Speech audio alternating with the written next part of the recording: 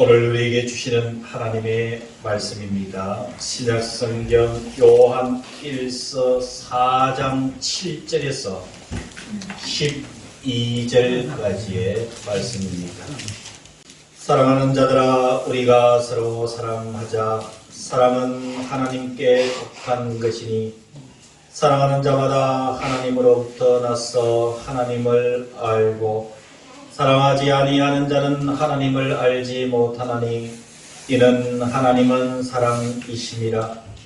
하나님의 사랑이 우리에게 이렇게 나타난 바 되었으니 하나님이 자기의 독생자를 세상에 보내심은 그로 말미암아 우리를 살리려 하심이라.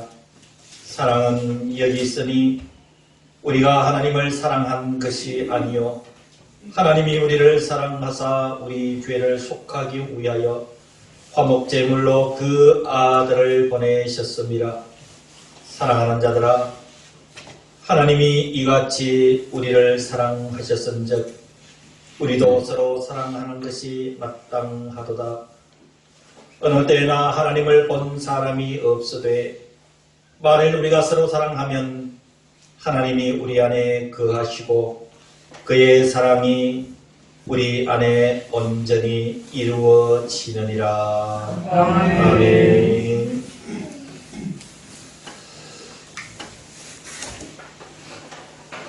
목회자들은 특별한 절기가 되면은 어디에 어떤 말씀을 전할까, 그리고 또 성도들이 단번에 알아들으실 수 있는 제목은 무엇으로 할까 고민들을 많이 합니다. 2022년 신년에는 하나님께서 어떤 말씀을 주실까 늘 기대하면서 하나님의 말씀을 받기를 소망을 했습니다.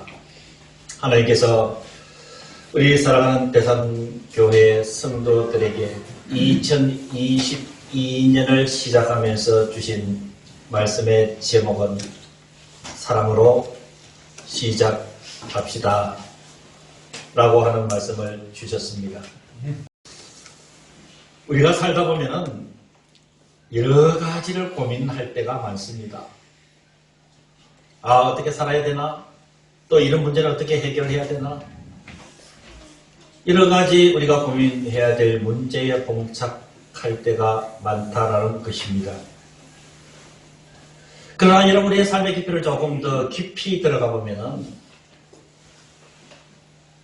우리가 진지하게 고민해야 될 문제가 한 가지 있습니다. 사랑의 문제입니다. 사랑하는 성도 여러분, 우리가 사람으로 태어나서 이 땅에 사는 이상 사랑이 없으면 살아갈 수가 없습니다. 그래서 우리 인생에 매우 중요한 고민 중에 하나가 사랑의 실체가 무엇인가, 또 사랑이 어디서부터 시작되었는가라고 하는 사랑의 그 근원 문제도 회자하게 됩니다. 나아가서 도대체 어떻게 해야 사랑하는 것인가, 어떻게 사랑을 해야 하는가라는 문제도 고민하지 않을 수가 없습니다. 궁극적으로 이 모든 사랑에 대한 고민은 자기를 향하게 되어 있습니다. 나의 양심을 향해서 질문하게 되어 있습니다. 나는 사랑하며 살아가고 있는가? 내 속에 사랑이 있는가라고 스스로 질문할 때에 우리는 인생의 또 다른 문제들을 심각하게 고민을 할 때가 있습니다. 우리는 오늘 이 주신 말씀을 들으면서 받으면서 이 우리에게 주신 1년 365일의 이 한 해를 온전하게 하나님께서 주시는 그 사랑으로 가득 차서 사랑의 사람으로 이 한 해를 보내는 귀한 은혜가 있기를 먼저 주님의 이름으로 축복합니다. 아멘. 이런 사랑의 문제를 거론할 때에 가장 중요한 첫 번째는 사랑의 가치를 알아야 됩니다. 사랑이라는 언어는 그냥 바람처럼 흘러가 버리는 낯선 가치의 사랑이 아닙니다. 나아가서 이 사랑을 누구나가 쉽게 나는 사랑합니다, 사랑합니다라고 고백할 수 있는 문제도 아닙니다.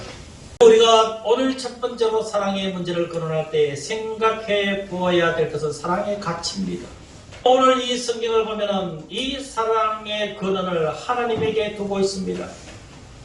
7절에 보니까 사랑하는 자들아 우리가 서로 사랑하자 사랑은 하나님께 속한 것이다 라고 말씀해 주고 계십니다.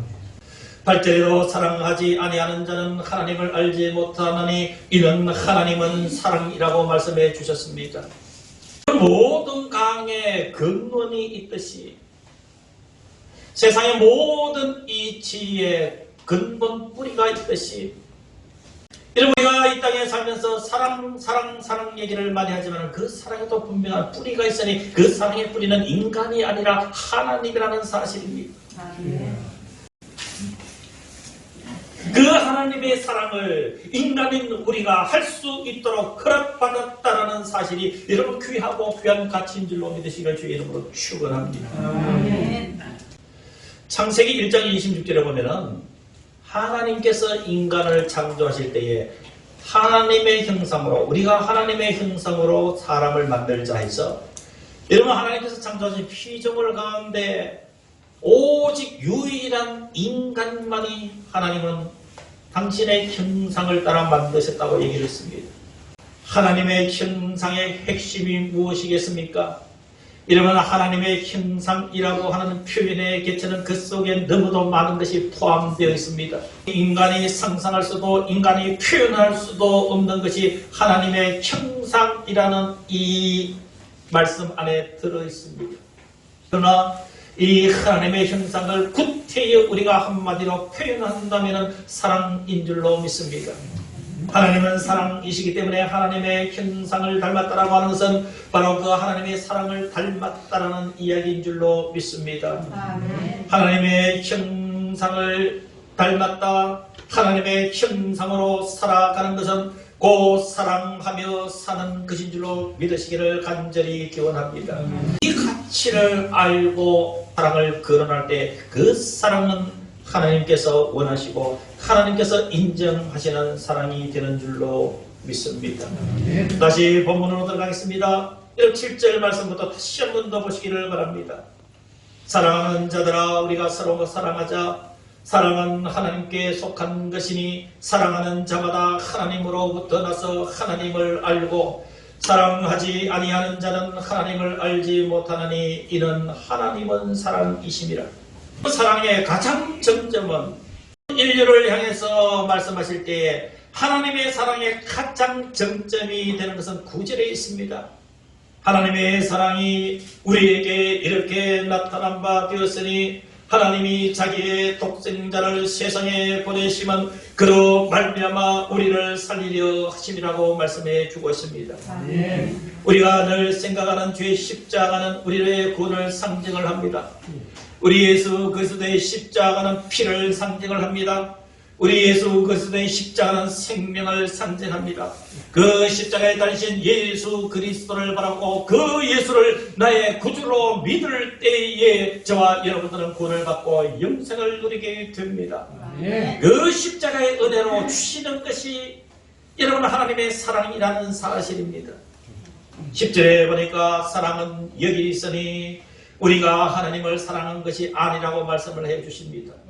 사랑하는 성도 여러분, 감히 사랑을 이야기를 할 때에 내가 아무리 깊고 놀라운 하나님을 향한 사랑을 가지고 있다 하더라도 우리가 먼저 하나님을 사랑한 것이 아니라 하나님께서 우리를 먼저 사랑하여 주셨다는 사실입니다. 아직 내가 죄인 되었을 때에 하나님께서 그리스도를 나에게 보내어 주셔서 그 사랑을 알게 하시고 우리의 죄를 씻어주시고 우리를 예수 그리스도를 구주로 고백하신 그분이 사랑의 하나님이시라는 사실입니다. 사랑하는 성도 여러분, 여기에 고민이 있습니다. 여기에 우리의 삶의 실체적 고민이 있는 줄로 믿습니다.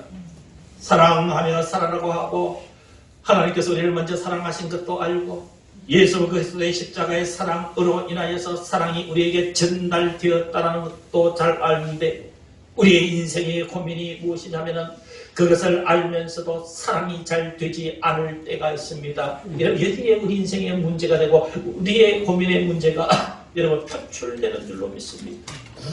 우리가 살다 보면 사랑해야 되는데 사랑이 잘 안 될 때 생각해야 될 귀중한 말씀이 있습니다.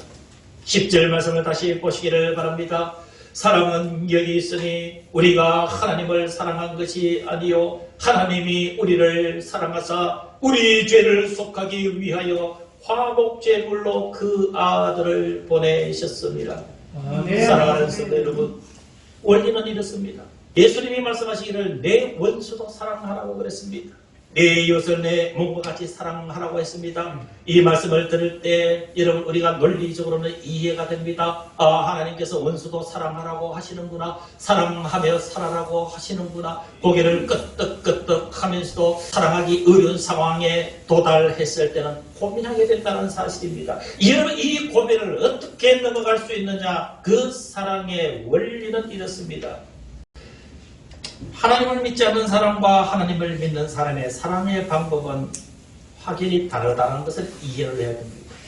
비그리스도인들은 사랑을 할 때에 먼저 자기 감정에서 시작을 합니다. 감정에서. 예를 들어서 청춘 남녀가 만나지요. 만날 때 비그리스도인들은 그 사이에서 예수 그리스도의 십자가 은혜가 개입을 할 수가 없습니다. 그러니까 감정으로 먼저 이입이 되는 거예요. 보니까 눈동자에 빛이 나고 뭔가 감정이 사랑이 확 느껴오고, 그래서 남자든 여자든 누군가 사랑합니다고 고백을 해서 그게 공감이 되면 손을 맞잡고 사랑하게 되는 거예요. 이게 여러분 비그리스도인의 사랑의 방법입니다. 근데 여러분 그 사랑은 아름답기는 하지만은 내 이웃을 내 몸과 같이 사랑하라, 원수도 사랑하라는 이 말씀에 딱 부딪히게 되면 여러분 그 사랑은 물거품처럼 깨어지고 흩어질 수밖에 없습니다. 그런데 오늘 하나님은 저와 여러분들에게 사랑하며 살아라고 할 때 그 사랑은 그런 사랑을 이야기하는 것이 아닌 줄로 압니다. 자, 우리의 고민이 사랑이 잘 되지 않을 때에 사랑을 해야 되는 것 알면서도 실천할 수 없는 그 고민의 자리에서 십자가의 은혜를 생각하는 사실입니다. 나 같은 죄인을 하나님 나 같은 것을 사랑해 주셔서 나를 사랑해 주셨기 때문에 십자가의 그 은혜를 알게 하시고 그 십자가에서 흘리신 주님의 생명이 끈적끈적한 예수님의 그 보배로운 피가 나를 씻어 주셨으니 나를 의롭다 하시고 나를 너는 내 자녀라 잊혀주시고 저와 여러분들이 살아가는 생사고락의 모든 일들에 앞장서서 인도해 주시고 때로는 삶의 현장에서 우리 손을 든드시고 때로는 우리가 힘든 인생의 오르막길을 오를 때에 주님은 우리를 사랑하셔서 뒤에서 밀어주시고 계셨던 그분 예수 그리스도의 사랑을 생각합니다. 내가 예수님 사랑으로 이렇게 구원받았는데 도저히 용서받을 수 없는 죄인인 내가 내 삶과 생각을 통해서 볼 때, 내 인생을 볼 때에 동정의 여지가 없는 사악한 죄인 중에 괴수인 나를 주님께서 오직 그 사랑하시는 그 하나로 십자가 위에서 저와 여러분들의 이름을 부르시며 내가 십자가의 죽음을 위해서 내가 너를 살리노라. 너는 내 아들이다. 내 자녀다. 너는 나의 거룩한 제사장이다. 내가 너를 위하여 천국을 예비하노니 내가 갔다가 후에 너희들을 부르실 것이다. 이거 생각하면은 우리도 용서할 수 있는 마음이 생기는 줄로 믿습니다. 이것이 비그리스도인과 그리스도인의 사랑의 또 다른 분명한 모습인 줄로 믿으시기를 주님의 이름으로 축원합니다. 다시 한번 10절을 11절을 다시 보겠습니다. 사랑한 여기 있으니 우리가 하나님을 사랑한 것이 아니라 하나님이 우리를 사랑하사 우리 죄를 속하기 위하여 화목제물로 그 아들을 보내셨습니다. 아멘. 사랑하는 자들아, 하나님이 이같이 우리를 사랑하셨습니다. 사랑하는 대상교회 성도 여러분들이여, 하나님이 이같이 우리를 사랑하셨습니다. 그 사랑을 알고 우리도 서로 사랑하는 것이 마땅하도다. 어느 때나 하나님을 본 사람이 없으되 만일 우리가 서로 사랑하면 하나님이 우리 안에 거하시고 그의 사랑이 우리 안에 온전히 이루어지느니라. 아멘. 두 번째입니다. 두 번째는 이제 사랑의 가치를 하나님께서 말씀해 주셨습니다. 그렇다면 우리가 사랑하는 구체적인 방법이 무엇인가? 오늘 우리가 분명히 짚고 가야 될 문제입니다. 성경은 우리 그리스도인들에게 구체적으로 사랑하는 방법을 분명하게 제시해 주셨습니다. 이런 방법으로 사랑하라고 얘기를 해 주셨습니다. 그것이 우리가 잘 아는 고린도전서 13장에 분명하게 기록되어 있습니다. 특히 고린도전서 13장 4절에서 7절까지는 분명한 의도로 하나님께서 사도 바울을 통하여서 사랑하는 방법을 제시해 주고 있습니다. 사랑은 오래 참는 것이 사랑이라 했습니다. 사랑은 온유한 것이 사랑이라 했습니다. 사랑은 시기하지 않고 늘 격려해주고 인정해주는 것이 사랑이라 했습니다. 사랑은 자랑하지 않는 것이라, 사랑은 교만하지 않는 것이라, 사랑은 무례히 행하지 않는 것이라, 사랑은 자기 유익을 구하지 않는다고 했습니다. 사랑은 성내지 않는다고 말합니다. 사랑은 악한 것을 생각하지 않는다고 말씀합니다. 사랑은 불의를 기뻐하지 않는 것이며, 사랑은 진리와 함께 기뻐하며, 사랑은 모든 것을 믿으며 모든 것을 바라며 모든 것을 견디느니라. 이러면 하나님의 말씀을 대할 때 긍정적인 하나님의 말씀을 반대로 뒤집어 놓고 보면 확 와닿을 때가 있습니다. 여러분, 이 고린도전서 13장은 노래로도 나오기 때문에 우리 귀에 익숙한 말씀입니다. 사랑은 언제나 온유하며, 잘 아시지 않습니까? 얼마나 많이 불렀습니까? 이런 사랑의 방법을 긍정적인 요소로 보면 오래 참고 온유하며 시기하지 않으며 자랑하지 않으며 모든 것을 바라며 모든 것을 견디느니라. 자칫 잘못하면은 자기 자신에게 관용을 베풀 수도 있습니다. 무슨 얘기냐면은 이 말씀을 그대로 우리가 너무도 많이 보고 들었기 때문에 그냥 고개만 끄덕끄덕하고 은혜로 담아놓고 살 수도 있습니다. 근데 여러분, 충격적인 것은 내가 사랑하며 사는 것인가 그렇지 않은 것인가 잣대를 삼으면 이 말씀은 매우 날카롭습니다. 분명히 고린도전서 13장 4절에 사랑은 오래 참는다 그랬어요. 오래 참는다? 사랑은 오래 참는데 내가 못 참아. 뭐든지 못 참아요. 그러면 사랑을 하는 사람이에요? 하지 못하는 사람이에요? 못하는 사람이에요. 두려운 말씀입니다. 온유한 것이 사랑이라 했는데 불같이 성격이 날카로워요. 그러면 사랑이 아니라는 거예요. 사랑은 시기하지 않는 것이라 했는데 어떤 일만 있어도 시기가 발동해서 견딜 수가 없어요. 그러면 그 속에 사랑이 부족하다는 얘기예요. 사랑은 자랑하지 않는 것이라 했는데 자꾸만 사람을 만나면 자랑하고 싶어요. 그 사랑이 결여됐다는 사실입니다. 나는 겸손한 것 같은데 자꾸만 사람들이 나보고 교만하대요. 하나님 앞에 일대로 섰을 때 나는 겸손한 줄 아는데 하나님이 자꾸만 나를 향해서 너 교만하다고 얘기를 해요. 그럼 내 속에 사랑이 없다라고. 사랑하는 성도 여러분, 분명합니다. 저와 여러분들의 사랑의 모든 모습은 하나님을 향해서 거룩해야 됩니다.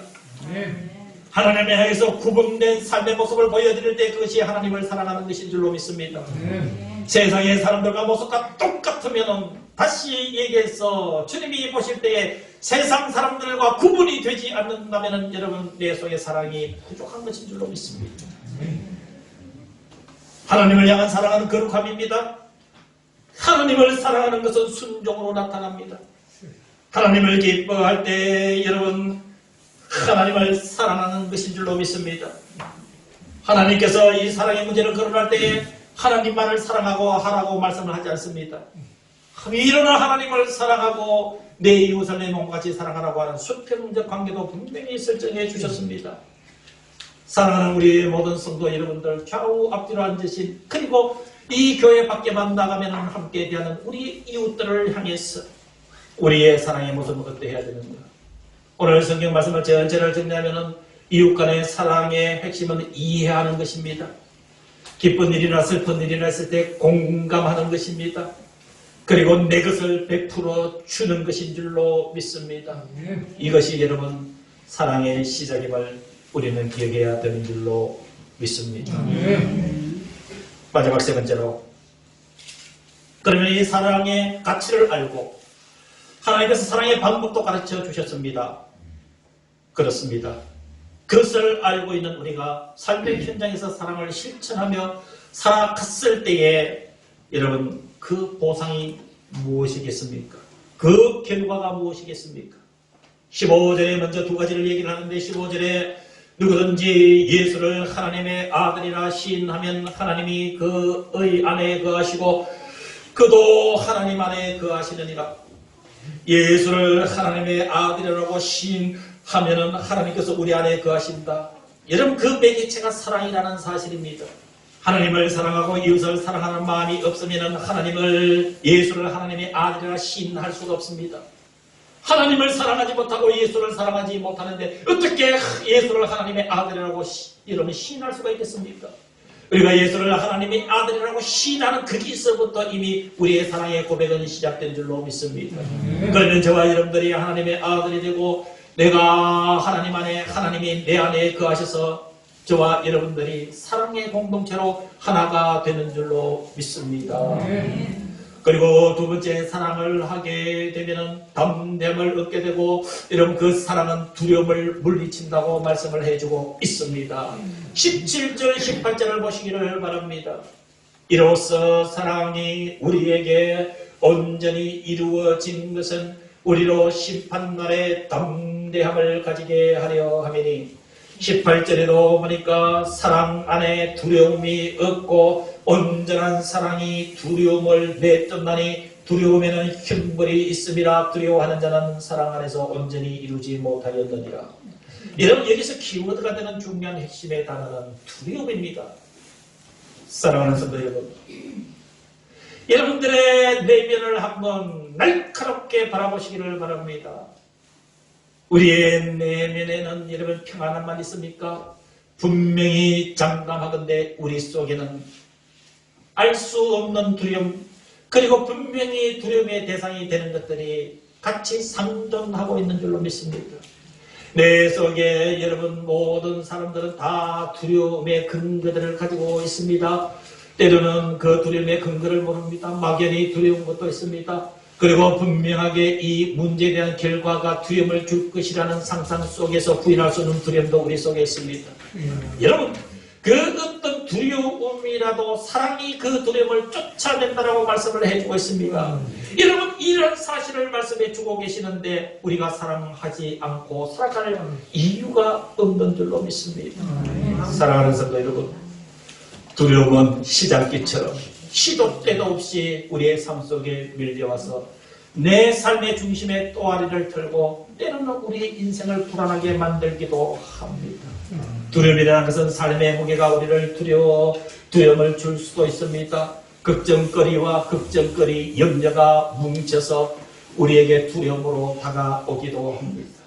거대한 세상의 파도 속에서 내 자신이 아주 왜소하다고 느껴질 때 인간은 두려움을 느낄 수밖에 없습니다. 하나님께서 사랑하고 살면 이 두려움도 물리쳐 주시지만 가장 핵심은, 사랑하는 성도 여러분, 우리가 믿음의 사람이라면 가장 염려하고 걱정해야 될 것은 하나님 앞에 섰을 때에 저와 여러분들이 자의적으로 이 세상의 생명이 다해서 주님 앞에 서는 경우, 아니면 저와 여러분들이 살다가 이 세상을 떠나서 주님이 오셨을 때 주님 앞에 서는 경우, 아니면 세 가지 마지막 경우인 우리가 살아있을 때 주님이 재림하셨을 때에 여러분 우리가 주님 앞에 설 경우에 모든 일의 공통점은 하나님께서 심판하신다는 심판주로 우리를 만나신다는 사실입니다.